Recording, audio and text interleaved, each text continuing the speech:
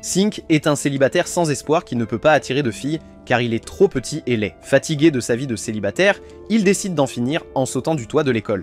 Mais Dieu avait d'autres plans car juste au moment où il allait devenir un steak haché, un portail s'ouvre vers un autre monde qui le transporte dans un monde où tous les humains ont des oreilles et des queues d'animaux. Cependant, avant tout cela, dans un camp militaire, la princesse Léa Micheli de l'armée des Lions de Galette est assise sur le trône alors qu'un homme s'agenouille devant elle.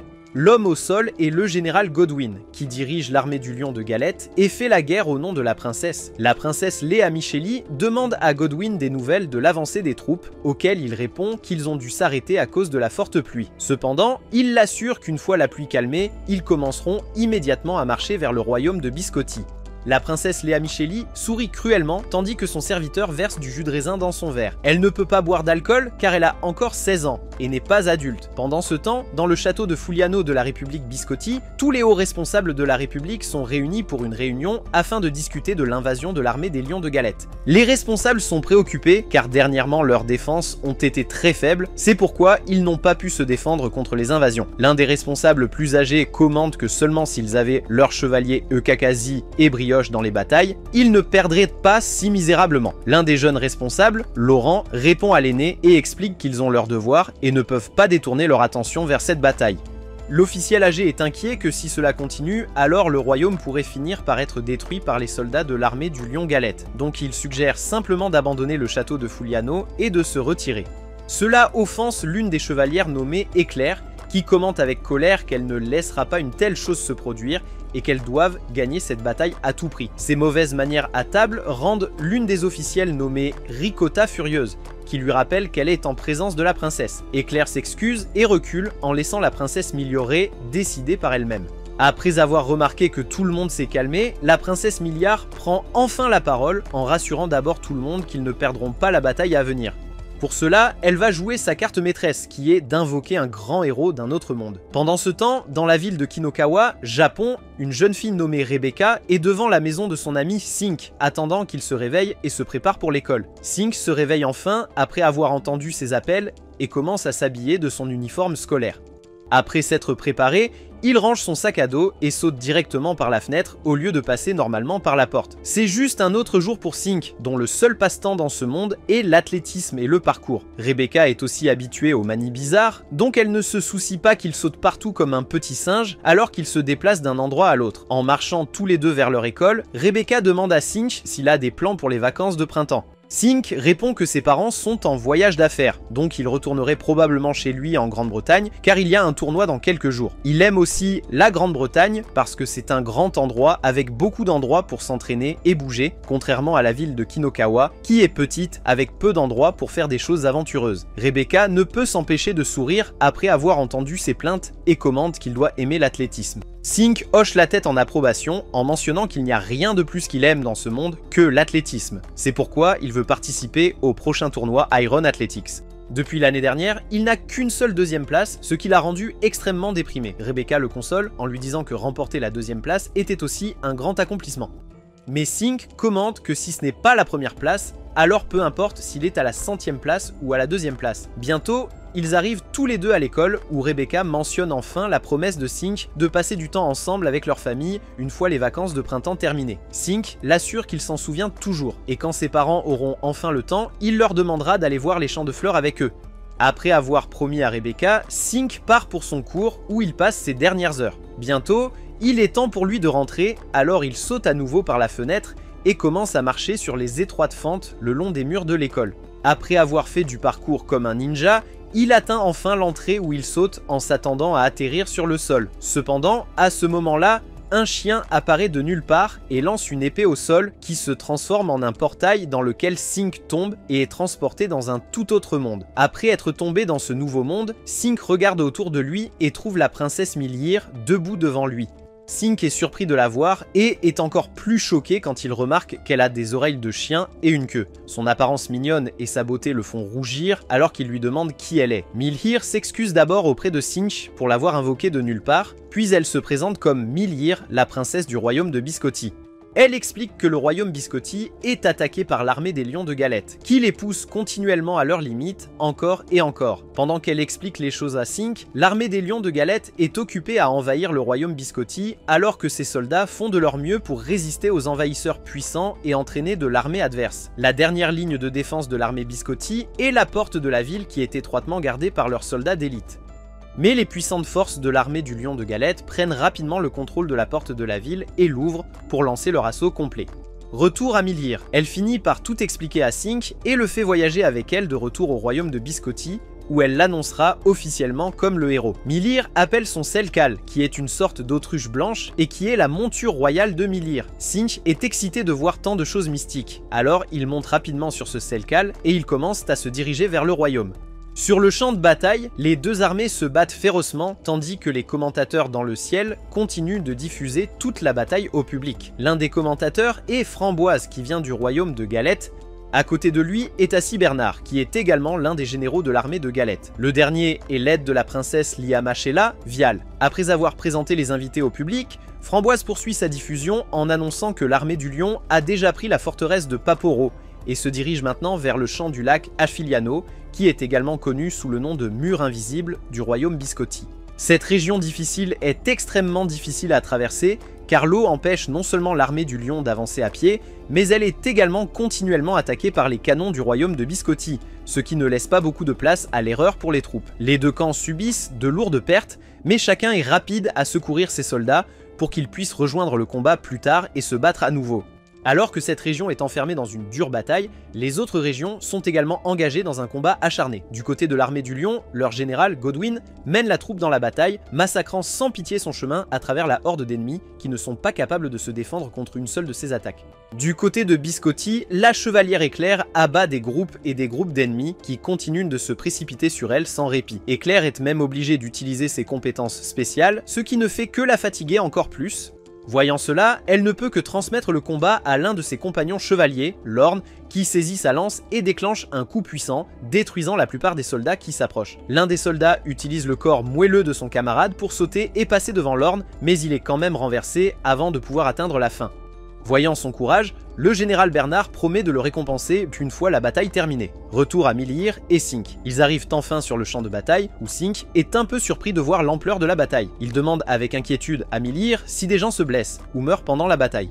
Milir répond que rien de tel n'arrive puisque toutes les batailles sont menées selon les règles de leur monde. Les soldats tombés reprennent leur forme gonflée et sont ramenés pour être soignés, où ils finissent par retrouver leur forme originale. Sink est ravi car il ne voulait pas devenir un héros si cela signifiait se salir les mains avec du sang. Après avoir appris qu'il doit seulement utiliser son athlétisme pour battre ses ennemis jusqu'à ce qu'il soit gonflé, Sink accepte son rôle de héros et se prépare pour sa première bataille. Une fois sa confirmation obtenue, Milir annonce à son peuple que Sink est le nouveau héros qu'elle a invoqué et révèle enfin son existence au monde. Sink fait sa première entrée héroïque en sautant dans le champ de bataille en furie. Sur sa tête se trouve le bandana rouge de la Révolution et dans ses mains, le bâton qu'il utilisera pour vaincre tous ses ennemis. Son entrée attire beaucoup d'attention car cela fait longtemps qu'un héros n'a pas été invoqué dans ce monde. Les deux camps sont également excités de voir Sink. L'armée de Biscotti est heureuse parce qu'ils ont un héros de leur côté maintenant. L'armée de Galette-Lion est heureuse parce que le mérite de vaincre un héros les rendra rapidement célèbres du jour au lendemain. Après l'atterrissage, Sink est approché par Lorraine qui lui demande s'il a appris toutes les règles concernant la bataille. Sink répond que Milir lui a expliqué toutes ces règles en chemin vers le champ de bataille. Pour être tout à fait sûr, Lorraine passe un petit test de 5 et ce n'est qu'après qu'il le réussit qu'il le laisse partir se battre. Sink saute dans la bataille et est immédiatement attaqué par une paire de soldats ennemis qui veulent voler toute la gloire pour eux-mêmes. Mais Sink les assomme sur la tête avec son bâton, ce qui les transforme en ses formes gonflées. C'est un moyen de vaincre les ennemis en les frappant fort avec leurs armes. L'autre règle est un peu différente car elle consiste à toucher l'arrière de la tête de l'ennemi avec la paume de ses mains, ce qui les transforme également en forme gonflée. Celle-ci est un peu difficile, donc elle vaut naturellement plus de points. Mais pour Sink, ce n'est qu'un jeu d'enfant car ses capacités athlétiques lui permettent de sauter d'un ennemi à l'autre sans trop de difficultés. Cela prend l'ennemi par surprise qui ne peut rien faire alors qu'il le regarde toucher l'arrière de sa tête avec ses paumes et les transformer en leur forme gonflée. Sink continue à dominer ses adversaires et arrive bientôt au cœur de la bataille où il est confronté à Éclair qui lutte encore contre les ennemis de toutes ses forces Sink la regarde utiliser l'attaque de faisceau qu'elle a utilisée auparavant, alors il lui demande si c'est son attaque de saut. Éclair regarde Sink et ne peut s'empêcher de se sentir un peu irritée, mais elle répond tout de même et lui dit que c'est en effet l'attaque de saut de son arme. Sink est content parce qu'il voulait l'apprendre d'elle après l'avoir découvert par Milir. Auparavant, lorsqu'il se changeait en tenue de héros, Milir lui a parlé du monde de Floniar et de l'énergie qui y circule. Les gens l'appellent l'énergie spirituelle et elle peut être utilisée pour beaucoup de choses. Et l'une de ces choses est l'attaque de saut qui ne peut être utilisée que par des armes spéciales conçues pour manipuler l'énergie spirituelle. En disant cela, Milir remet une bague à Sink, qui est une arme sacrée destinée uniquement aux héros. Elle dit à Sink que cela peut se transformer en n'importe quelle arme qu'il souhaite. Sink, étant fan de bâtons, choisit un bâton comme arme, ce qui surprend Milir, car la plupart des gens choisissent des épées ou des lances. Revenons au présent, Sink explique tout cela à Éclair et lui dit que Milir lui a recommandé d'apprendre l'attaque du saut avec elle puisqu'elle est la meilleure dans ce domaine. En entendant cela, Éclair rougit et accepte finalement de lui enseigner. Elle lui demande de copier ses mouvements alors qu'elle effectue chaque mouvement étape par étape. Après avoir copié ses mouvements, Sink parvient enfin à invoquer l'avatar qu'il avait vu Éclair sortir auparavant. L'avatar lui permet d'utiliser l'énergie spirituelle du ciel et de la terre pour attaquer les ennemis. Éclair et Sink lancent leurs attaques scellées en même temps, ce qui crée une zone d'explosion massive enveloppant tous les soldats ennemis qui se transforment immédiatement en leur forme gonflée et commencent à s'échapper pour sauver leur vie. Après l'attaque, Éclair et Sink se sentent un peu fatigués car les attaques du saut sont puissantes mais elles consomment aussi beaucoup d'énergie. Les attaques du saut sont efficaces contre les soldats ordinaires mais contre les chevaliers et les élites, ils ont leurs propres équipements de protection et armes. Donc à moins qu'il s'agisse d'une attaque surprise, il est difficile pour quelqu'un de les vaincre uniquement avec une attaque de saut. Juste au moment où elle dit cela, une puissante attaque de saut se dirige vers eux qu'Éclair arrête à peine avec ses dagues, mais elle finit tout de même par être projetée en arrière alors qu'elle et Sink s'écrasent sur la montagne. Lorsque la poussière retombe, Éclair lève les yeux et réalise que l'attaque provenait de la princesse. Après avoir montré ses pouvoirs, Léoin Machelli part attaquer la base principale. Éclair, qui est sur le dessus de Sink, lui demande de se décaler pour qu'il puisse la poursuivre. Bientôt, ils rattrapent tous les deux Léoin Machelli et l'attaquent de deux côtés différents. Léoin Machelli remarque leur stratégie, alors elle saute pour les laisser entrer en collision l'un avec l'autre, alors qu'elle leur lance une autre attaque de saut, ce qui les fait s'écraser tous les deux. Léoin Machelli ne leur laisse aucun répit et lance immédiatement une attaque de saut à pleine puissance, qui détruit toute l'arène, transformant tous les soldats présents en leur forme gonflée. Après que la poussière soit retombée, elle ne trouve ni Éclair ni Sink nulle part, alors elle demande aux annonceurs de confirmer s'ils ont été vaincus. Mais avant que les annonceurs puissent dire quoi que ce soit, ils regardent dans le ciel et voient Sink et Éclair descendre à une vitesse rapide. Auparavant, lorsque Léo Micheli était sur le point de lancer son attaque à pleine puissance, Éclair a utilisé sa propre attaque de saut sur le sol pour se propulser dans les airs, ce qui les a sauvés d'une défaite. Alors qu'ils tombent tous les deux, ils élaborent rapidement une stratégie pour vaincre Léo Micheli. Tout d'abord, Éclair lance Sink vers Léo Micheli avec toute sa force, ce qui pousse Sink à dépasser toutes ses limites de vitesse en s'écrasant sur Léo Micheli. Elle essaie de se défendre, mais entre-temps, Éclair arrive aussi et ils commencent tous les deux à désarmer Léo Micheli petit à petit jusqu'à ce qu'elle n'ait plus d'armes ou d'armure sur elle. Sink étant un jeune homme, il ne peut s'empêcher de regarder Léo Micheli qui a la silhouette d'une diva. La bataille étant officiellement terminée, ils sont tous les trois interviewés par la presse un par un. Léo Micheli donne d'abord son interview et elle loue Sink pour sa force et la stratégie de Millier d'avoir invoqué un héros. Elle lance ensuite le micro à Sink, qui n'a pas grand chose à dire à part qu'il a apprécié la bataille. Lorsqu'il a terminé, Léo Micheli lui demande de lancer son micro en direction d'Éclair. Juste au moment où Sink lance le micro, Léo Micheli demande au caméraman de se concentrer sur Éclair et de prendre une bonne photo. Personne ne comprend ce qu'elle veut dire, mais lorsque le micro atterrit enfin dans les mains d'Éclair, ses vêtements explosent, tout comme les yeux de tout le monde. Léo Micheli explique qu'auparavant, Sink a accidentellement touché les vêtements d'Éclair avec son bâton, ce qui a provoqué cet incident. Plus tard, Éclair est très en colère contre Sink, alors elle commence à le pourchasser pour le battre, mais est arrêtée par Loran, qui invite Sink à regarder le spectacle en direct de la princesse Millier, également connue comme la meilleure chanteuse de tout Flaniar. Sink accepte de venir, mais avant cela, il demande à Loran s'il peut retourner dans son monde, ou au moins contacter sa famille pour leur faire savoir qu'il va bien.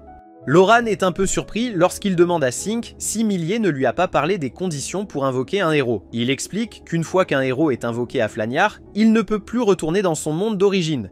Sink est choqué d'apprendre cela, mais il n'est pas le seul, car Millier découvre également ses conditions grâce à Ricotta. Cela la fait transpirer abondamment alors qu'elle demande à Ricotta s'il y a un autre moyen. Mais Ricotta lui répond que non, car il n'y a aucun précédent d'une telle chose. Bien que tout le monde soit impatient de voir la princesse sur la grande scène, le héros qui leur a apporté la victoire est introuvable. La presse veut interviewer le héros pour lui poser des questions sur sa vie personnelle, mais elle n'arrive pas à le trouver. Voir l'énorme foule de journalistes incite Loran à apparaître en personne alors qu'il leur dit de revenir plus tard et trouve une excuse que le héros est occupé par des affaires personnelles. Pendant que Loran essaie de convaincre tous les journalistes, Éclair surveille Sink qui est déprimé parce qu'il ne peut pas retourner dans son monde. Cependant, la coupable derrière sa dépression se prépare pour son concert, car aux yeux de sa direction, le concert pour le public est bien plus important que de traiter de tels problèmes. Millier ressent toujours de la peine pour Sink, alors elle lui demande de surveiller tout ce qui concerne l'invocation d'un héros et son retour. Revenons à Sink. Il continue d'essayer de trouver un signal sur son téléphone pour au moins informer sa famille, mais finit par être encore plus déprimé après que rien ne fonctionne. Pour lui remonter le moral, Éclair lui dit que Ricotta cherche une réponse à la bibliothèque concernant son retour. D'ici là, elle lui suggère de se promener en ville et de profiter de ce nouveau monde. Pour cela, elle lui donne même les fonds pour ses contributions à la guerre. Au début, Sink refuse de l'accepter, mais après qu'Éclair insiste sur le fait que c'est son argent, il finit par l'accepter et ils commencent à parcourir divers stands pour essayer différentes choses. Pendant ce temps, Sink en apprend plus sur le Flagnard et comment la bataille qui a eu lieu hier est complètement organisée par les royaumes eux-mêmes. Elle lui dit aussi que ce qui s'est passé aujourd'hui est un événement rare, car la plupart du temps, les batailles sont très petites. Ces batailles peuvent être entre royaumes, et même entre petits villages qui les utilisent pour régler les rancunes entre eux. Mais organiser de telles batailles à un coup, ainsi les deux côtés perdent de l'argent au gouvernement, et le gagnant en prend 60%, tandis que le gouvernement en prend 40%. Après avoir marché un moment, ils vont rendre visite à Ricotta qui s'excuse auprès de Sink de ne pas avoir encore trouvé de solution. Elle demande à Sink s'il a une date limite. Alors il calcule mentalement et lui dit qu'il reste encore 19 jours à la fin des vacances de printemps et moins les 3 jours qu'il a promis à Rebecca, il ne lui reste que 16 jours. C'est suffisant pour Ricotta qui lui promet qu'à ce moment-là, elle pourra trouver une solution. Sink se sent un peu mieux après avoir entendu sa confiance, mais il veut toujours trouver un moyen de contacter sa famille et ses amis, même s'il ne peut pas rentrer chez lui pour l'instant. Il montre son téléphone à Ricotta et lui demande si elle a quelque chose qui peut améliorer la puissance des signaux, ce qui pourrait lui permettre de contacter sa famille. Ricotta regarde curieusement l'appareil dans sa main, puis réfléchit un moment avant de le ramener à l'endroit d'où il vient. Là, elle lui montre son dispositif d'amélioration d'énergie spirituelle qu'elle a construit quand elle avait 5 ans. Le dispositif est encore utilisé dans le monde entier, ce dont elle est fière de montrer pour illustrer son génie. Sink rapproche son téléphone du cercle magique et bientôt il commence à recevoir quelques signaux qui suffisent pour qu'il puisse appeler chez lui. Il appelle d'abord Rebecca qui décroche le téléphone et lui demande s'il est à l'aéroport parce que sa voix semble assez bruyante. Sink est content de ne pas avoir à trouver d'excuses et joue le jeu. Il parle avec elle pendant un moment avant de poser le téléphone et demande à Ricotta s'il peut utiliser l'appareil un peu plus longtemps. Après avoir obtenu son approbation, Sink contacte ses parents et leur dit qu'il va bien et que s'ils ne peuvent pas le joindre pendant un certain temps, il ne devrait pas s'inquiéter. Une fois qu'il a terminé, Ricotta lui demande si elle peut regarder son téléphone car elle est assez curieuse de la technologie. Mais Sink craint qu'elle ne le démonte, ce qui lui fera perdre le dernier lien qu'il a avec la Terre. Pendant que tout cela se passe, Millier est toujours occupé à s'entraîner pour le concert, mais son esprit est encore préoccupé par Sink, craignant qu'il ne soit pas capable de retourner chez lui. Dans le camp de l'armée des Lions de Galette, Leonichelli se repose quand son aide Vial lui demande s'ils doivent faire quelque chose pour perturber le concert de Millier. Mais Leonichelli lui dit de les laisser tranquilles car il serait extrêmement lâche de sa part d'attaquer Millier après avoir été vaincu équitablement aujourd'hui. Mais même si elle ne veut rien faire de retour chez Sink, il retourne au château où Éclair lui demande de prendre un bain et de se préparer pour le concert puisqu'il sera assis parmi les hauts fonctionnaires. En disant cela, Éclair le laisse tout seul, donc il doit faire le tour et trouver le bain tout seul. Heureusement, il le trouve facilement et est assez surpris de voir à quel point il est grand et ouvert. Il entre dans le principal espace de bain et admire le ciel lorsque soudain son regard tombe sur Millier, qui se baigne également dans le même établissement. Après le départ de Millier, Sink entre dans l'eau en espérant que rien d'autre ne se passe. Mais juste au moment où il pense que tout est fini, il entend un cri qui le pousse à sortir immédiatement, où il trouve 3 personnes habillées en noir qui se présentent comme étant genevoises. Ils disent à Sink que Gil leur a ordonné d'enlever Millier et de la ramener à lui. Ils lui disent aussi que Gil a organisé un combat en tête-à-tête avec lui, et s'il gagne, il pourra reprendre Millier avec lui. Et s'il perd, il y aura des conséquences pour Milir. Sink accepte le défi car il est le héros qui a été convoqué par Milir, donc c'est son devoir de la protéger. Son acceptation du défi cause du remue-ménage dans les deux royaumes, surtout par Skadi, car ils doivent maintenant se préparer pour une autre guerre.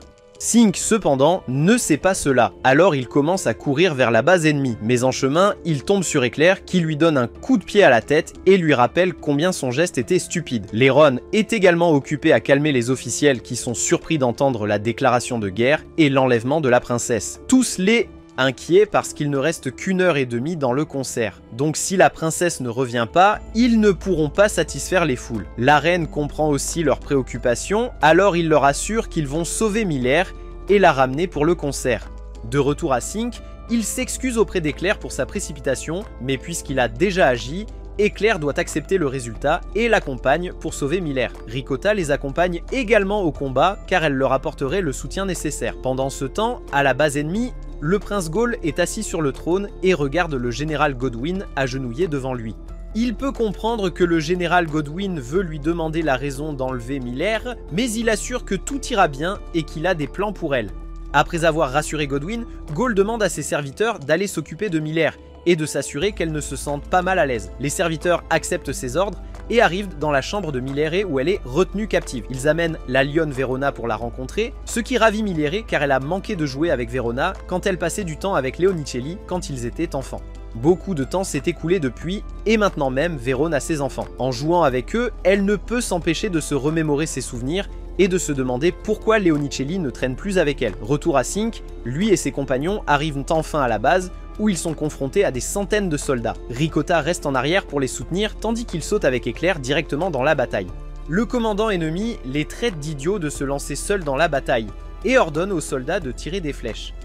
Mais avant qu'ils ne puissent bouger, une tonne de boulets de canon leur tombe dessus, causant de nombreuses victimes. Les boulets de canon sont tirés par Ricotta, qui utilise sa capacité spéciale de saut pour attaquer les ennemis de loin. De retour à la base, Gaulle entre dans la chambre de Miller pour la rencontrer alors qu'il s'excuse de l'avoir enlevée si soudainement. Il lui dit de ne pas s'inquiéter et promet d'expliquer les choses plus tard quand le moment sera venu. Même si Gaulle l'a rassurée, Miller est toujours inquiète alors qu'elle regarde à travers le miroir de sa chambre qui lui montre tout ce qui se passe sur le champ de bataille. Sink et Éclair sont acculés par les soldats, tandis que Ricotta, qui les soutenait de loin, est également capturé et se rend pour se sauver. Les voyant lutter si durement, le général Godwyn sort de la base pour se moquer d'eux. Mais Sink et Éclair ne prêtent aucune attention à lui car ils sont occupés à se disputer pour savoir qui ira à l'intérieur pour sauver Miller et qui retiendra tous les soldats. Ils veulent tous les deux se sacrifier, ce qui les amène à se disputer. Cela énerve Godwyn qui se sent insulté car il ne prête même pas attention à lui. Dans sa colère, il les attaque avec son arme. Mais Sink bloque à peine l'attaque à temps, mais le contre-coup le fait percuter le pilier derrière lui avec Éclair. Sink et Éclair sont dans une position terrible car ils doivent non seulement combattre des centaines de soldats, mais aussi leur général Godwyn. Mais heureusement, l'aide arrive bientôt lorsque Brioche, l'un des chevaliers indépendants du royaume de Biscotti, entre sur le champ de bataille et réduit Godwyn au silence d'un seul coup. Voir son immense puissance donne confiance à Sink qui peut maintenant retourner à la base et sauver Miller. Sa confiance grandit encore plus lorsqu'un autre chevalier indépendant, appelé Yukikaze, entre dans la base aux côtés de Ricotta, qui aide tous deux Sink et Éclair à nettoyer la base et à les préparer à entrer. Sink et Éclair remercient Yukikaze et Brioche alors qu'ils montent sur leur Cell-Kill et se précipitent à l'intérieur de la base pour localiser la princesse Miller. À l'intérieur de la base, Éclair et Sink se séparent alors que Sink se dirige vers le château pour affronter Gaulle, tandis qu'Éclair se dirige vers une ruelle pour combattre Genoise. Le trio comprend les meilleures élites de l'armée de Gaulle, l'un d'eux est noir, un expert en maniement des dagues, l'autre est verte dont l'arc ne manque jamais sa cible. La dernière est Jante qui manie une hache géante 2 fois plus grande qu'elle. Sink ne se met pas en colère mais observe plutôt comment Gaulle se bat et essaie d'incorporer ses techniques dans son propre style de combat. Bien que Sink soit extrêmement athlétique, ses capacités de combat ne sont pas encore très bonnes puisqu'il n'a jamais vraiment combattu de vrais adversaires auparavant. Ce combat avec Gaulle lui permet de renforcer ses faiblesses, ce qui rend le style de combat de Sink encore plus mortel et parfait. Gaulle aime le combat car cela fait longtemps qu'il n'a pas affronté un adversaire de même niveau dans la même tranche d'âge, ce qui lui permet aussi de progresser. Le style de combat de Gaulle est comme son héritage, extrêmement brutal et féroce comme un lion. Chacune de ses attaques est extrêmement calculée et féroce, ce qui pose beaucoup de problèmes à Sink, qui est inexpérimenté dans le combat contre les attaques de saut. Les applications précédentes des attaques de saut qu'il a apprises n'étaient que rudimentaires, donc il finit par être détruit lorsque son adversaire a un contrôle beaucoup plus grand sur sa force. Après avoir reçu quelques coups de plus, Sink saigne du haut de la tête mais il n'abandonne toujours pas car il apprend enfin à améliorer son attaque de saut précédente. Il fait tournoyer son bâton, ce qui fait que l'avatar derrière lui devient encore plus solide tandis que son bâton commence à briller. En voyant cela, Ghoul s'excite à son tour et commence à préparer ses propres mouvements. Pendant ce temps, Brioche, qui se battait contre Godwyn à l'extérieur, s'arrête finalement lorsqu'elle apprend par Yukikaze que des renforts arrivent. Brioche regarde vers la route, mais ne trouve qu'un seul Cologne, où est assise la princesse Leandicelli. Bientôt, Leandicelli arrive aux portes de la base, qui s'ouvrent immédiatement après que les soldats remarquent qui elle est. Elle entre et demande à Godwyn où se trouvent Gal et Milhier, mais Brioche l'arrête et lui dit qu'ils sont en plein milieu d'un champ de bataille. Leandicelli rappelle à Brioche qu'elle n'est plus une enfant faible et que sa force rivalise maintenant même avec la sienne. Brioche ne nie pas ses affirmations, mais elle se tient toujours devant elle, indiquant qu'elle doit la vaincre si elle veut passer. Leandicelli n'a pas d'autre choix que de s'engager dans le combat, et pendant qu'elles échangent des coups, Brioche demande à Leandicelli pourquoi elle fait la guerre contre le royaume de Biscotti. Leandicelli essaie de faire bonne figure en disant que c'est la nature de son armée de Galette-Lion, mais Brioche n'achète pas ses paroles car elle sent qu'il y a autre chose derrière ses motifs. Leandicelli se moque de ce que pense Brioche, car la seule chose qui lui importe en ce moment est de rencontrer Gal et de le frapper sur la tête pour s'être mêlé de ses affaires personnelles.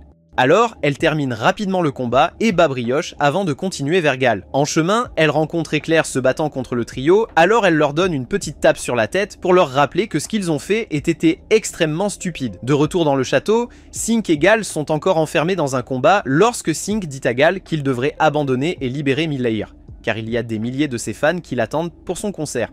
Cela arrête Gal dans son élan alors qu'il lui demande ce qu'il entend par le concert, mais Sink ne lui laisse rien dire alors qu'il continue de le pousser de plus en plus loin. Gal réalise enfin qu'il n'a pas reçu toutes les informations de la part de ses subordonnés, ce qui l'énerve car s'il avait su qu'il y avait un concert, il n'aurait pas planifié tout cela. Mais avant que leur dispute ne s'envenime davantage, Leandicelli entre en scène et leur donne une tape sur la tête pour avoir agi de manière si immature et causé tant d'inconvénients. Elle les emmène tous dans la chambre de Milhier, qui est surprise de voir Leandicelli. Mais quand elle essaie de lui parler, elle ne répond pas et s'excuse juste avant de partir. Milhier est maintenant sortie de sa cellule, mais elle ne peut toujours pas atteindre le concert à temps, car il ne reste que 30 minutes. Mais le temps qu'il leur faudra pour se rendre au royaume de Biscotti prendra au moins 1 heure.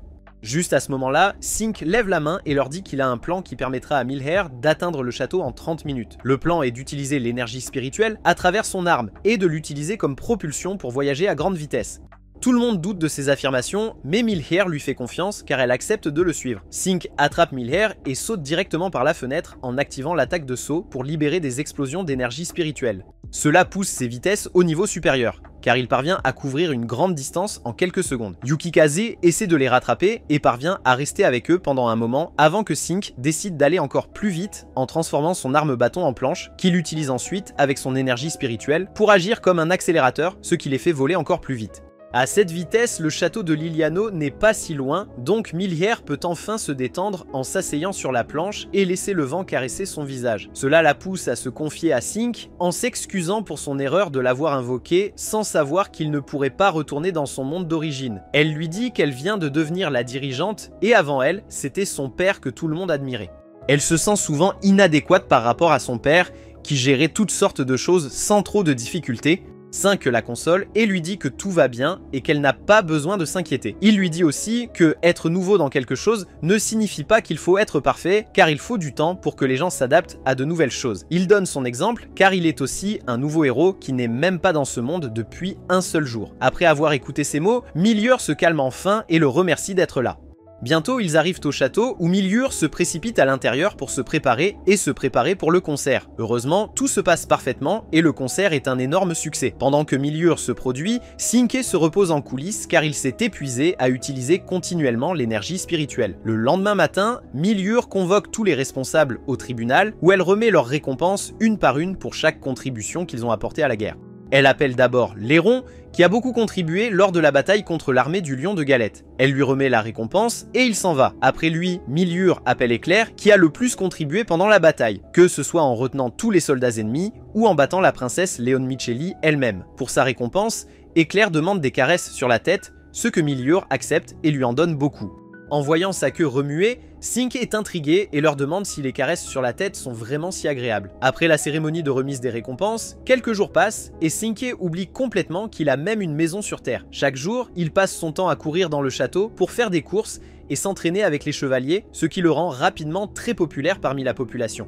C'est juste un autre jour habituel, alors que Sinke et Ricotta se dirigent vers la cuisine royale, où les chefs leur remettent beaucoup de nourriture et de friandises qu'ils veulent qu'ils apportent aux chevaliers. Sinke et Ricotta portent les assiettes et les emmènent sur le terrain d'entraînement des chevaliers, où Lorraine est occupée à enseigner à tous les chevaliers à bien se battre. Sinke remet les friandises aux chevaliers, qui sont extrêmement ravis car c'est l'un de leurs moments préférés de la journée. Ricotta apporte aussi les friandises à Éclair, qui refuse parce qu'elle veut s'entraîner davantage. C'est là que Sinke suggère à Éclair de s'entraîner avec lui, puisqu'il veut aussi exercer ses muscles un peu. Lorraine est d'accord avec sa suggestion et demande à Éclair de s'entraîner avec lui. Pour lui, c'est aussi une autre façon d'enseigner aux jeunes chevaliers, qui peuvent apprendre beaucoup en regardant deux adversaires forts se battre. Éclair accepte la suggestion de Sinke et lui demande de choisir une arme. Sinke choisit une épée au hasard parmi les armes d'entraînement et décide de s'y tenir. Éclair choisit également une épée et se met en position de combat. La bataille entre eux est extrêmement féroce et difficile, mais avant que le gagnant puisse être déclaré, leurs épées se brisent et ils doivent y mettre fin. Éclair demande à Sinke s'il a aussi ressenti une sensation de froid dans son cœur, ce à quoi Sinke répond qu'il n'a pas. Mais il s'inquiète que Éclair puisse être malade, alors il touche son front pour mesurer sa fièvre. Cela fait rougir Éclair, alors elle le frappe dans le ventre, ce qui le fait tomber au sol. Mais Éclair ne s'arrête pas là, car elle continue à le frapper parce qu'elle a l'impression qu'il profite toujours d'elle quand elle ne s'en rend pas compte. Pauvre Sinke est battu sans même rien faire, alors il part pour sa prochaine destination, qui est un lieu de pêche près de la rivière où il trouve souvent Yukikaze et Brioche. Sinke vient à cet endroit pour pêcher car cela lui apporte la paix de l'esprit. Alors qu'il pêche, Brioche demande à Sinke s'il retournera dans son monde une fois qu'il aura terminé son séjour ici. Cela rappelle finalement à Sinke qu'il ne peut pas rentrer chez lui et est à jamais piégé ici dans ce monde si Ricotta ne trouve rien. Cependant, Brioche lui demande de ne pas s'inquiéter, car même si cette région n'a pas de traces de héros retournant dans leur monde d'origine, dans d'autres régions, il y a eu de tels cas, alors il devrait aller bien. Elle fait également confiance à Ricotta et à sa capacité à trouver des solutions que personne d'autre ne peut. Pendant que Sinke traîne avec eux, Miliur est occupée à signer des documents qui nécessitent son approbation. Elle commence à s'ennuyer, alors pour la motiver, Lorraine lui dit qu'une fois qu'elle aura terminé le travail, elle pourra rencontrer Sinke et parler des choses dont elle voulait parler. Cela dynamise Miliur, qui se concentre rapidement et commence à terminer son travail encore plus vite. Plus tard dans la nuit, Sinke revient enfin au château, où il est capturé par les servantes qui l'emmènent au bain pour le nettoyer correctement avant qu'il ne puisse aller voir Miliur. Bientôt, Sinke arrive au sommet du château, où Miliur est assise à une table l'attendant. Après avoir vu qu'il est enfin là, elle renvoie ses serviteurs pour pouvoir avoir une conversation sincère avec lui. Pendant qu'il parle, Sinke demande à Miliur pourquoi elle a choisi de le convoquer. Cette question fait rougir légèrement Miliur, alors qu'elle lui demande s'il sait que dans ce monde, certaines personnes peuvent lire les étoiles. Elle a utilisé juste ce pouvoir pour chercher le meilleur héros dont elle avait besoin, et les étoiles le lui ont montré, c'est pourquoi elle a fini par le choisir. Elle lui mentionne le tournoi d'athlétisme Iron où il a participé, mais a quand même perdu. Sinke est embarrassé d'apprendre que Miliur est au courant de cela, alors il lui explique ce que c'était et comment il a perdu face à son mentor, qui est aussi son cousin, Nanami. Il se sent honteux parce que rien dans ce tournoi n'était héroïque, car il a pleuré comme un enfant stupide après avoir perdu contre Nanami. Cependant, Miliur ne ressent pas la même chose, car elle lui dit que ses larmes étaient sincères et appartenaient à une personne qui savait qu'elle avait travaillé dur, mais n'avait pas pu gagner. Donc c'est pourquoi elle est contente d'avoir convoqué lui et pas Nanami. Pendant qu'ils sont occupés à leur dîner aux chandelles, Brioche aide Loring à déplacer des affaires quand elle mentionne que lorsqu'elle a combattu la princesse Leon Micheli, elle a eu l'impression d'être manipulée ou quelque chose comme ça. Elle pense que cela pourrait être l'œuvre d'un démon, et s'occuper des démons est justement sa spécialité. D'un autre côté, Leon Micheli est dans sa chambre, qui est tout en désordre, comme si quelqu'un avait fait une crise ici. Leon Micheli, qui est toujours posée et digne, ressemble maintenant à une jeune fille désespérée, incapable de changer son destin. Mais cette fois, le destin terrible n'est pas le sien, mais celui de Miliur et Sinke, qui n'ont plus qu'un mois à vivre. Leon Micheli ne comprend pas pourquoi ses divinations sont si claires, alors qu'elle n'a même pas d'affinité avec les divinations des étoiles au départ. Elle maudit ses pouvoirs de divination, car elle est sur le point de craquer sous la pression. Le lendemain matin, Miliur travaille dur dans son bureau, car après le travail, elle sera libre pour une promenade matinale avec Sinke. Une fois son travail terminé, Miliur se prépare immédiatement pour sortir et rencontrer Sinke, qui l'attend à côté de son Selkal. Bientôt, le duo se dirige vers un lieu secret que Miliur visitait souvent chaque fois qu'elle avait envie de fuir ses problèmes. Bientôt, ils arrivent sur le beau champ de fleurs, qui est également le lieu secret, Sentant la brise fraîche du matin sur son visage, Singh demande à Millier ce qu'elle veut faire. Millier répond que normalement, elle se promènerait dans le champ et mangerait ensuite quelques sandwichs. Cinch lui dit qu'il devrait essayer quelque chose de nouveau, alors il sort l'anneau de son héros et crée un frisbee avec. Il apprend ensuite à Milhir comment le lancer et l'attraper en l'air. Milhir apprend vite et bientôt, elle lance le frisbee, égalant même le rythme de Sink. Après avoir joué un moment, Sink et Milhir s'assoient pour se reposer un peu, tandis qu'elle sort son panier de pique-nique qui contient des sandwichs fraîchement préparés.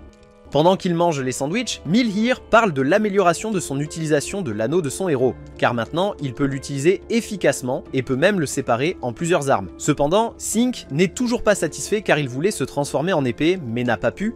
Milhir lui dit qu'elle a aussi une bague similaire, mais qu'elle ne peut pas la transformer en épée non plus. Elle lui raconte aussi l'origine des deux bagues et comment elles ont été fabriquées par pair. La bague du héros s'appelle Palladian, tandis que celle de la princesse s'appelle Exolette. Elle mentionne également que d'autres pays ont aussi leurs armes précieuses, comme le royaume de Galette qui possède une paire de haches géantes et une épée précieuse. Sink est surpris d'apprendre de telles choses, mais il se sent assez triste quand il réalise qu'il doit rendre le Palladion au royaume de Biscotti avant de retourner dans son monde d'origine. Il se demande s'il pourra le récupérer après son retour à Flonillard ou non. Cela surprend Milhir qui lui demande s'il serait prêt à revenir après avoir été dans son monde d'origine. Sink répond qu'il aime l'atmosphère ici, donc il reviendra si Milhir veut bien le convoquer à nouveau. Milhir promet qu'elle le convoquera de nouveau, ce qui le pousse à lui tapoter la tête, ce qui satisfait beaucoup Milhir car elle n'a jamais reçu de tapotement sur la tête et a seulement donné aux autres. Après leur petit rendez-vous, ils retournent au château où ils apprennent que le royaume de Galette a annoncé une guerre totale contre eux. Milhir est choquée, alors elle écoute la diffusion de Leon Michelli qui déclare clairement qu'elle veut une bataille complète entre les deux royaumes et est même prête à utiliser les armes précieuses de son royaume. Avec un tel défi de la part de leurs rivaux, le royaume de Biscotti ne peut s'empêcher de réfléchir soigneusement s'il doit accepter le défi ou non. Il y a beaucoup de voix qui s'inquiètent qu'ils pourraient perdre et donc ils ne veulent pas miser leurs armes précieuses.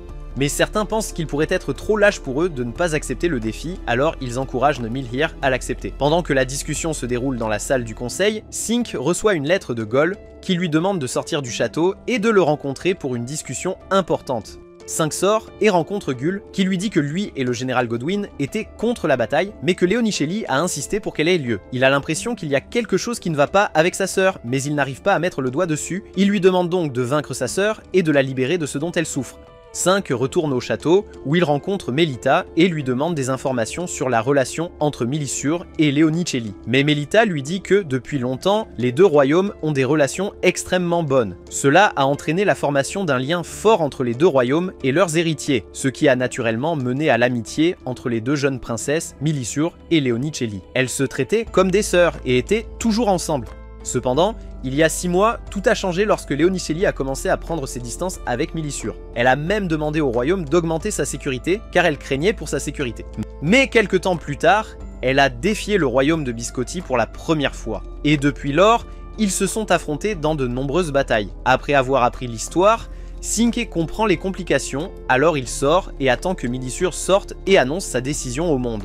Bientôt, Milissur sort de la salle du conseil et se présente devant le peuple qui est impatient d'apprendre sa décision d'accepter ou de rejeter cette bataille. Milissur commence le discours en expliquant comment ils ont été repoussés encore et encore, mais cette fois-ci, ils relèveront le défi et vaincront l'armée de Gil-Lion loyalement pour établir la domination et prouver que le royaume de Biscotti n'est pas faible. Avant que la bataille ne commence, Sink se dirige vers le portail et envoie un message à Rebecca qu'il va participer à un grand combat. Rebecca lui souhaite bonne chance. Et après l'avoir remercié, Sink retourne au château où Milissur rassemble toutes ses forces et délivre son message spécial. Elle encourage tous les soldats à se battre avec acharnement, car non seulement la réputation du pays est en jeu, mais aussi leurs armes sacrées. Après le discours, elle leur explique la stratégie et comment les différentes forces vont avancer. Elle veut que les forces principales avancent depuis la région du lac Chapelle en passant par la vallée athlétique. Quant aux forces secondaires, elles passeront par les vallées éprouvantes pour atteindre le camp principal de l'armée Gil, qui est la forteresse flottante de Grana. Après avoir expliqué la stratégie, elle ordonne aux troupes de se mettre en formation et leur ordonne de commencer à avancer. Les troupes suivent ses instructions et commencent à suivre leurs commandants respectifs et se précipitent vers le champ de bataille. Du côté de l'armée du Lion Rusé, la situation n'est pas différente, car ils se dirigent également vers le champ de bataille à une vitesse rapide sous la conduite de leurs commandants et généraux. Le général Bernard dirige son groupe, tandis que Godwyn mène les troupes qui sont plus enclines à suivre le prince Gull. Cela inclut également le trio, qui est assis sur ses cercles, et discutent de la guerre à venir et de la route qu'ils empruntent. Verte est prudente car ils ne savent pas ce qui les attend, ce qui rappelle à Jean les rumeurs selon lesquelles la forteresse de Grana est tentée. Cela énerve Godwyn qui leur dit de ne pas parler de fantômes et de trucs car il n'y a rien de tel. Mais Noire pense autrement car elle sait qu'un démon existe et ils ont été vus partout dans le monde ces dernières années. Godwyn ne la croit pas car il lui dit que tous les démons ont été scellés il y a des centaines d'années, donc il n'y a aucun moyen qu'ils existent encore là-bas. Noir rétorque en disant qu'il existe aussi une escouade spéciale qui parcourt le continent à la chasse de ces démons, donc il doit sûrement y avoir une part de vérité dans ces choses. Leur débat se termine finalement puisqu'il n'y a aucun sens à parler de choses qui ne sont pas liées à cette bataille, ou du moins c'est ce qu'ils pensent, mais Leanne Michely et ses proches subordonnés savent qu'il y a une force maléfique derrière la divination qui causera la mort de la princesse Milhiar et du héros Sink. Au début, Leanne Manchelli pensait que la divination concernait la princesse Milhiar, mais après l'apparition du héros Sink, elle a réalisé qu'il s'agissait très probablement des épées jumelles précieuses du royaume de Biscotti. Le propriétaire de ces deux épées subira un sort horrible. C'est aussi pourquoi elle veut retirer ses armes du royaume de Biscotti afin que la princesse Milhiar et le héros Sink survivent tous les deux. Elle prévoit également de prendre le grand Vertax et de le faire tout seul. Elle laissera ensuite la couronne à son jeune frère, Gol, qui pourra être le prochain dirigeant après son départ. Vil et Bernard s'opposent à cette décision, mais Leanne Manchelli ferme ses oreilles et n'écoute aucune de leurs suggestions. De retour sur le champ de bataille, les deux camps arrivent enfin sur le lieu et sont prêts à gagner. Les chevaliers et soldats élitistes des deux côtés élaborent leur plan pour avancer alors qu'Éclair et Sink décident de prendre la route la plus courte pendant que les autres troupes engageront l'armée Galette sur la plus grande scène. Pour les soutenir, Ricotta les accompagne à nouveau et ensemble, ils se dirigent vers le milieu des vallées pour atteindre le camp principal de l'ennemi. Mais sur le chemin des vallées, ils sont interceptés par une formation de troupes.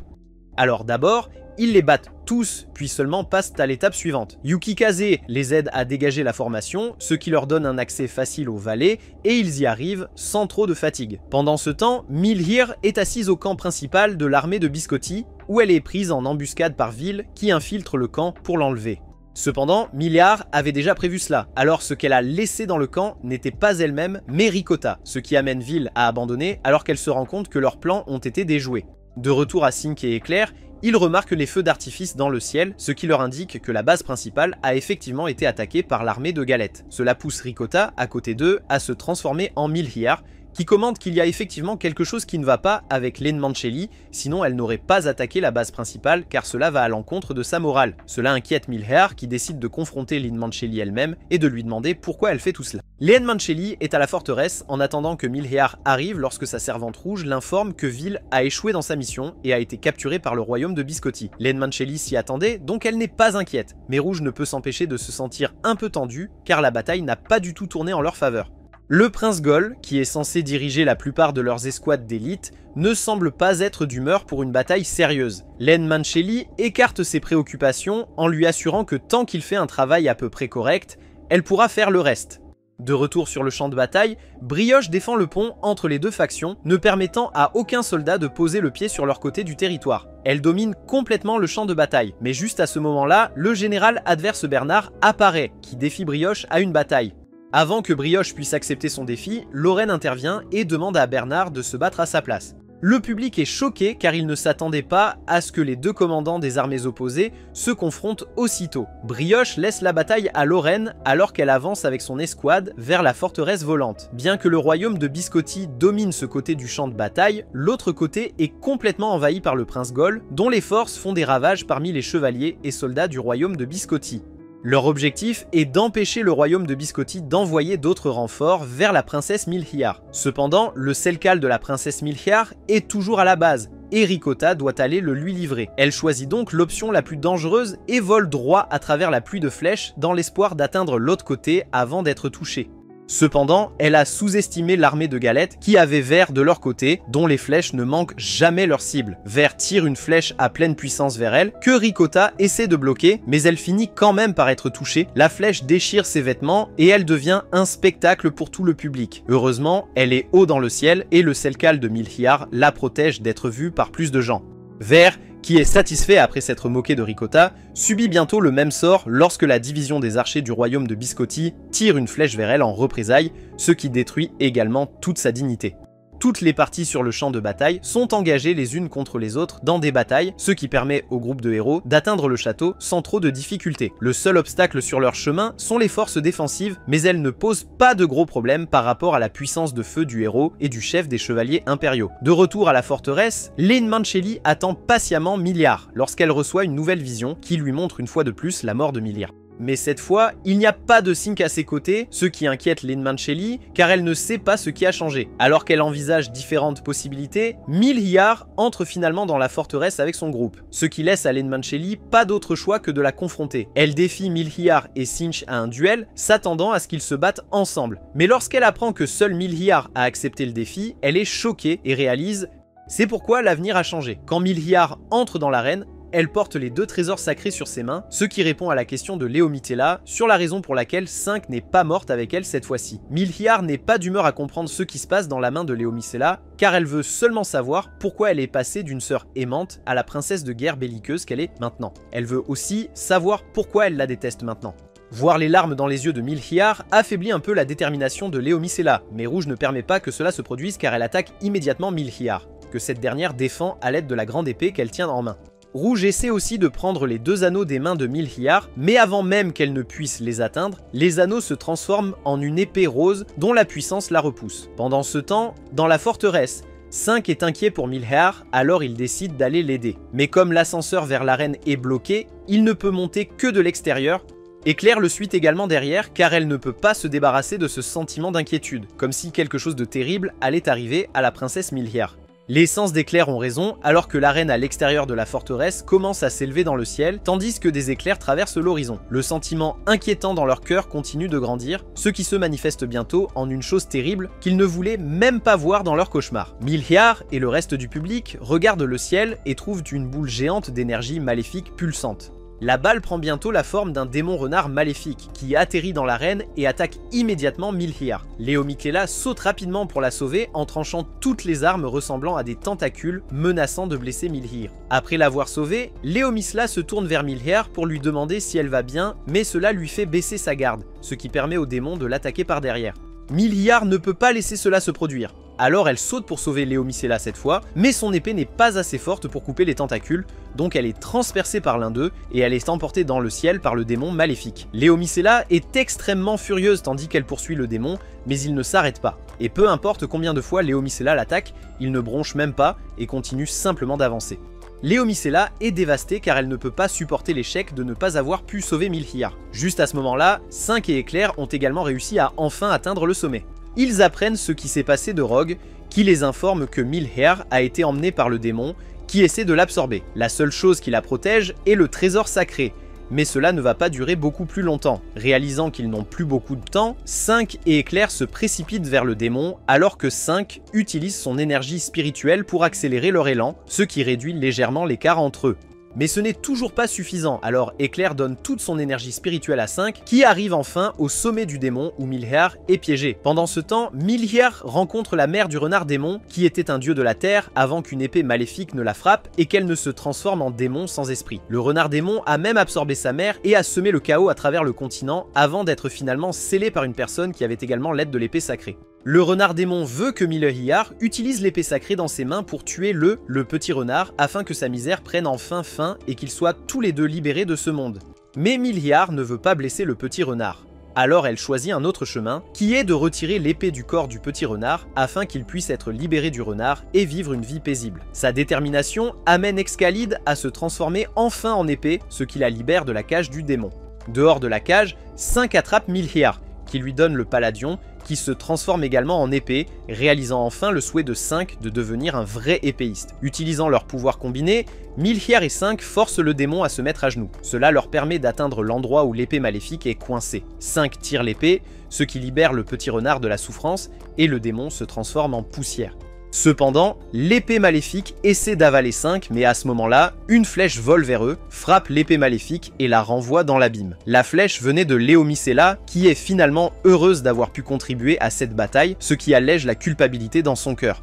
Bien que le démon soit mort, l'épée maléfique reste encore dans le monde, donc Yukikaze et Brioche se mettent immédiatement au travail pour la détruire, avant qu'elle ne crée un autre démon. Yukikaze et Brioche ont tous deux tué de nombreux démons au fil des ans, donc ils sont compétents pour gérer ces épées maléfiques. Avec leurs compétences spéciales et leurs attaques de saut, ils sont rapidement capables de purifier l'épée maléfique qui devient une épée ordinaire après son nettoyage. Plus tard, Yukikaze rencontre Milhir et le groupe des héros et les félicite pour avoir pris soin du démon tout seul, même s'il ne savait rien sur la façon de les vaincre. Milhir se sent gêné parce que la majeure partie du travail a été faite par les épées Trésor et Sink, qui a sorti l'épée. Yukikaze regarde Sink et le félicite également en promettant de le récompenser avec des caresses sur la tête plus tard.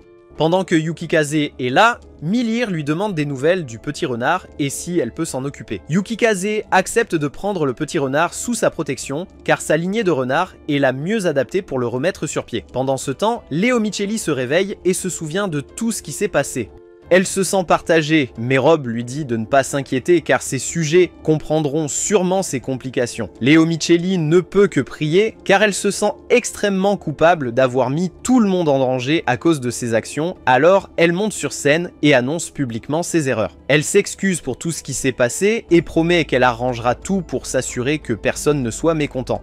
Elle s'excuse également auprès du royaume de Biscotti d'avoir rendu leur vie si difficile et pour cela, elle promet d'organiser de nombreux événements amusants pour eux afin de compenser tout ce qu'ils ont perdu au cours des 6 derniers mois. Plus tard dans la nuit, tout le monde se prépare pour le grand festival pour célébrer leur victoire sur le démon. Et Claire invite également Sink à profiter du festival avec elle, ce qui surprend Ricotta et les autres filles qui décident de les suivre pour voir si ce rendez-vous les mène quelque part ou non. Mais juste au moment où ils commencent tous les deux à s'ouvrir l'un à l'autre, le prince Gold arrive et se joint à eux pour s'amuser, ce qui gâche tout le rendez-vous. Voyant cela, Ricotta et les autres les rejoignent et ils s'assoient tous ensemble pour manger et boire.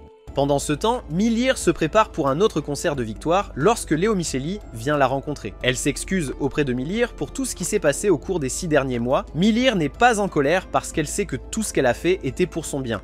Les difficultés qu'elle a endurées pendant ces 6 mois ont transformé Milhir en une bien meilleure dirigeante qui sait maintenant comment se défendre contre les menaces et protéger son peuple. Après leur brève rencontre, Milhir commence son concert, que tout le monde apprécie dans les 2 royaumes. Léo Micheli a toujours raté ses concerts, alors cette fois-ci, elle l'apprécie pleinement en l'encourageant. Tandis que tout le monde est heureux et pris par l'excitation, Ricotta est toute seule en train de lire la lettre dans ses mains et ne peut s'empêcher de se sentir extrêmement triste. Le lendemain matin, Sink et le reste de l'armée Biscotti rentrent chez eux et sont accueillis chaleureusement par tout le monde. Après la cérémonie de bienvenue, Sink est visité par Ricotta qui l'informe qu'ils ont trouvé un moyen pour qu'il rentre chez lui. Cependant, il y a quelques conditions. 1. Il doit revenir dans 16 jours. 2. Il ne peut rien ramener de Flognard dans son monde réel, y compris tout de ses expériences à sa mémoire. Et 3. Il ne peut pas revenir. Sink comprend pourquoi Ricotta était si triste aujourd'hui, alors il lui dit de garder cela pour elle et de ne laisser personne savoir qu'il ne peut pas revenir dans leur monde une fois de plus. Ricotta promet alors que des larmes coulent sur ses joues, honteuse de ne pas pouvoir rendre le voyage entre les 2 mondes plus facile. Comme il reste encore 3 jours avant qu'il ne retourne officiellement sur Terre, Sink passe tout son temps à créer des souvenirs avec ses amis pour ne pas les oublier une fois de retour. Le matin, il se rend au champ de fleurs pour jouer avec Milhir. L'après-midi, il passe du temps avec Éclair à s'entraîner sur le terrain de nuit. Et le soir, il reste chez Brioche à jouer avec le petit renard. Là-bas, il apprend aussi que Yukikaze est un enfant d'un dieu renard qui a été tué par les démons, alors Brioche l'a pris sous son aile. Sink est choqué d'apprendre cela car il ne s'attendait pas à ce qu'ils aient de tels parcours impressionnants. Brioche lui parle également de leurs techniques secrètes dans l'espoir que Sink les apprenne afin qu'elle puisse prendre sa retraite et vivre paisiblement. Sink passe le reste de ses jours à s'entraîner avec Brioche et apprend tout ce qu'il peut. Cependant, tout cela est inutile car à la fin, Sink oubliera tout ce qu'il sait. Même s'il pouvait se souvenir, ce n'est pas comme s'il pouvait revenir dans ce monde une fois de plus. Mais il ne le dit à personne et laisse paisiblement passer les 3 jours car il est officiellement temps pour lui de retourner sur Terre. En tant que héros, Sink doit faire un discours officiel au public qu'il prononce au tribunal. Et après avoir terminé, il est libre de partir et de réaliser ses vœux avant de quitter définitivement ce monde. Sink a déjà fait la plupart de cela, donc il part pour rencontrer Ricotta qui a passé les 3 dernières nuits sans dormir alors qu'elle cherchait un moyen de changer les conditions et de faire en sorte que Sink n'oublie rien du tout. Elle essaie aussi de trouver un moyen de découvrir si un héros est revenu à nouveau. Mais elle ne trouve rien, car il n'y a pas de dossier public disponible. Ricotta fait de son mieux pour contrôler ses larmes, mais quand elle voit Sink, elle perd le contrôle de ses émotions et commence à pleurer encore plus fort. Sink la console et lui dit qu'il ne les oubliera jamais et qu'il se souviendra toujours du temps passé avec eux. Après avoir rencontré Ricotta, il rencontre Éclair, qui l'emmène à l'endroit d'où il vient. Pendant qu'il se dirige vers l'hôtel d'invocation, Éclair dit à Sync qu'elle sait qu'il ne pourra pas revenir. Sync n'est pas surpris car tout le monde pouvait voir à travers les mensonges de Ricotta. Alors il avoue qu'il va aussi tout oublier. Éclair lui dit que s'il ose l'oublier, elle ou la princesse, elle viendra sur Terre pour le frapper. Bientôt, ils arrivent à l'hôtel d'invocation où Millie prépare le portail pour lui. Pendant que le portail s'ouvre, elle avoue ses sentiments à Sync, qu'elle aime et lui fait promettre qu'il reviendra. Sync avoue également qu'il l'aime et promet qu'il reviendra pendant les vacances d'été. Mais les promesses sont fragiles, car une fois que Sync est de retour dans le monde réel, il oublie tout ce qui s'est passé pendant les vacances de printemps. Mais il sait que ce qu'il a oublié compte beaucoup pour lui, alors il continue d'essayer de s'en souvenir. Cependant, des mois passent, et il n'arrive pas à se souvenir de quoi que ce soit. Pendant ce temps, au Flagnard, Ricotta découvre une lettre dans un livre sur l'invocation des héros. La lettre explique que le héros peut être ramené au Flagnard si certaines conditions sont remplies. Premièrement, il doit revenir dans un délai de 6 mois. Deuxièmement, il doit avoir laissé 3 objets qu'il a ramenés de son monde. La troisième condition est extrêmement difficile car elle stipule que le héros doit souhaiter revenir et doit avoir promis à au moins 3 personnes qu'il reviendra. Ricotta annonce cette nouvelle à tout le monde, qui se rassemble immédiatement autour des souvenirs que Sync a donnés, et en utilisant ces souvenirs, ils sont capables de renvoyer Tatsumaki le chien sur Terre, qui ramène au héros ses souvenirs, et aussi la clé pour revenir à Flagnard une fois de plus. C'est tout pour aujourd'hui. Si vous avez aimé notre vidéo, mettez un j'aime et abonnez-vous à notre chaîne pour plus de contenu incroyable.